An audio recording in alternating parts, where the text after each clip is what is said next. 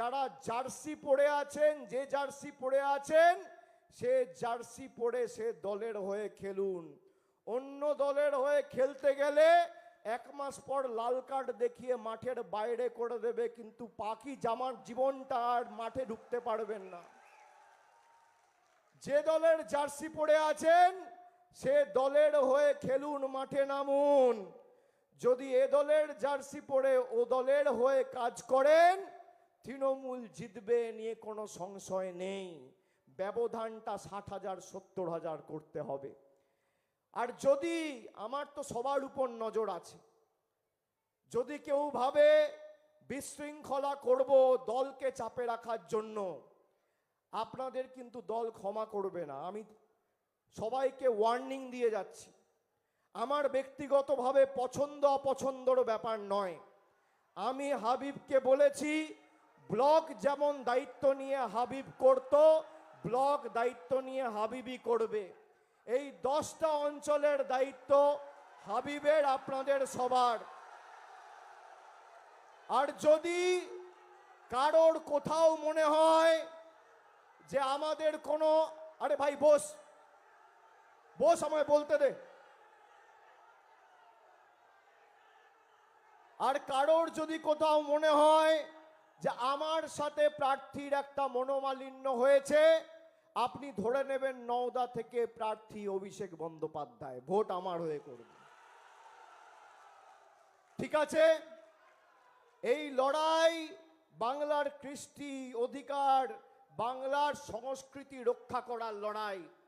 গত 2 দিন আগে দেখেছেন রামনবমীর নাম করে কি ধরনের দাঙ্গা করেছে। নির্বাচন কমিশন দায়িত্ব নেওয়ার পরে রাজ্য প্রশাসনের DG, ADG, IG, DIG, Murshidabad জঙ্গিপুরের এসপি সবাইকে পাল্টে দিয়েছে। মুখ্য সচিবকে পাল্টে দিয়েছে, স্বরাষ্ট্র সচিবকে পাল্টে দিয়েছে, যাতে বিজেপির জল্লাদরা দাঙ্গা করতে পারে।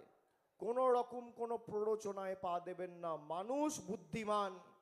এই রাজ্যে আমরা দুর্গাপুজো করি, কোনোদিন দুর্গাপুজোয় দাঙ্গা হয়েছে? এই রাজ্যে আমরা দীপাবলি করি, কোনোদিন দীপাবলিতে দাঙ্গা হয়েছে? পবিত্র ঈদ পালন করা হয়, মহাবীর জয়ন্তী পালন করা হয়, বড়দিন পালন করা হয়, পয়লা বৈশাখ পালন করা হয়, গুরু নানক জয়ন্তী পালন করা হয়। এই বাংলা বৈচিত্র্যের মধ্যে একতার মূল মন্ত্রকে পাথেয় করে লড়াই করেছে বছরের পর বছর। নানা ভাষা, নানা মত, নানা পরিধান, বিবিধের মাঝে দেখো মিলন মহান। যারা তরোয়াল নিয়ে, বন্দুক নিয়ে, হাতে লাঠি নিয়ে, দা নিয়ে, কাঠারি নিয়ে মদ্যপ অবস্থায় রামনবমী করছে, তারা আর যাই হোক কোনোদিন প্রভু রামের ইতিহাস পড়েনি।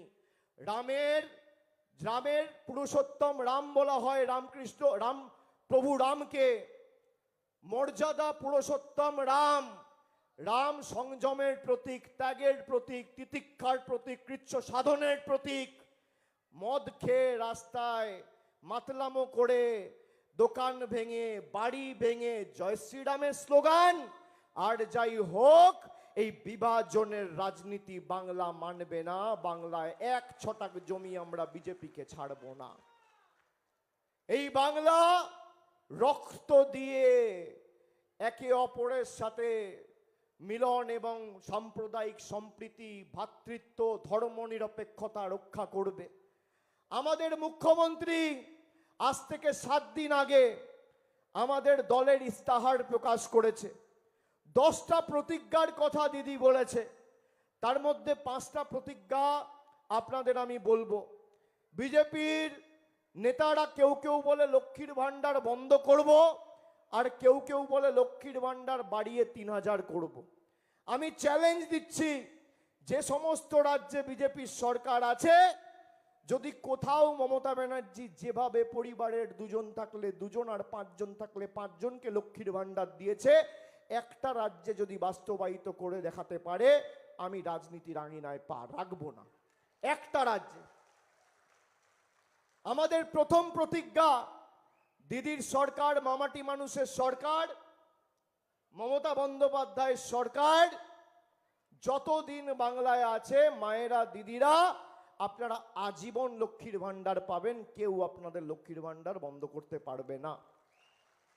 আমাদের দ্বিতীয় প্রতিজ্ঞা, আমাদের সরকার বলেছে আগামী 5 বছর 26 থেকে 31-এর মধ্যে বাংলায় যত পরিবার আর ঘর রয়েছে, বাড়ি রয়েছে, সবার বাড়িতে নলবাহিত পানীয় জলের সুব্যবস্থা আমাদের রাজ্য সরকার করবে। কেন্দ্র সরকার টাকা দিক আর না দিক, সাহায্য করুক বা না করুক। আমাদের তৃতীয় প্রতিজ্ঞা, ব্লক টাউন ওয়াইজ স্বাস্থ্য শিবির তৈরি করা হবে, যেখানে দুয়ারে স্বাস্থ্য ক্যাম্প করে আপনাকে স্বাস্থ্য পরিষেবা, দুয়ারে সরকারের যেমন ক্যাম্প হয়েছিল একই আদলে আপনাদের স্বাস্থ্য পরিষেবা পৌঁছে দেওয়া হবে। আমাদের চতুর্থ প্রতিজ্ঞা,